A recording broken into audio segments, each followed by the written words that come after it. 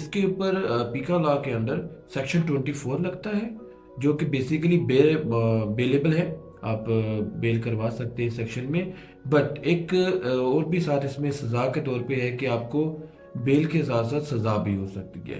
तो सज़ा की क्या कंडीशन है, या तो आपको 10 लाख तक का जुर्माना होगा, और आपको आई थिंक 3 या 6 मंथ की अपना सज़ा है मिनिमम।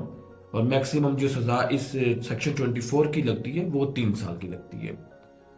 इट मीन आप सेक्शन 24 आप पे लगेगा, आपने किसी को ऑनलाइन ब्लैकमेल या हरास्ट किया, जिसने भी किया या किसी ने आपको किया, तो आप FIA जाके NCCI जाके अपनी कंप्लेन दर्ज कर सकते हैं। ऑनलाइन का कंप्लेन पोर्टल है, वहाँ पे भी दर्ज कर सकते हैं।